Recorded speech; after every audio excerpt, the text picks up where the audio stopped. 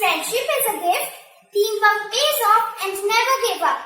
Cartoons in almost their every episode have something to make us grow into better humans.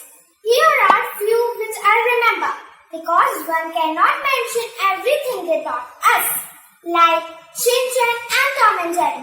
Shin Chan is a cool, naughty and mischievous kid who always creates trouble in everything he does. And of course, he is also a best entertainer. He is a witty answer to every question for anyone, for mother, father, friends. No matter how old we are, we still love to watch cartoons. In Tom and Jerry, they fight with each other, for each other. The bittersweet moments of Tom and Jerry taught us that the life is meaningless without sharing fun and laughter with each other.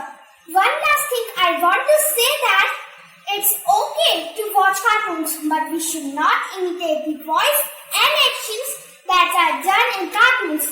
No matter how many times Tom fails to catch Jerry, he never surrenders.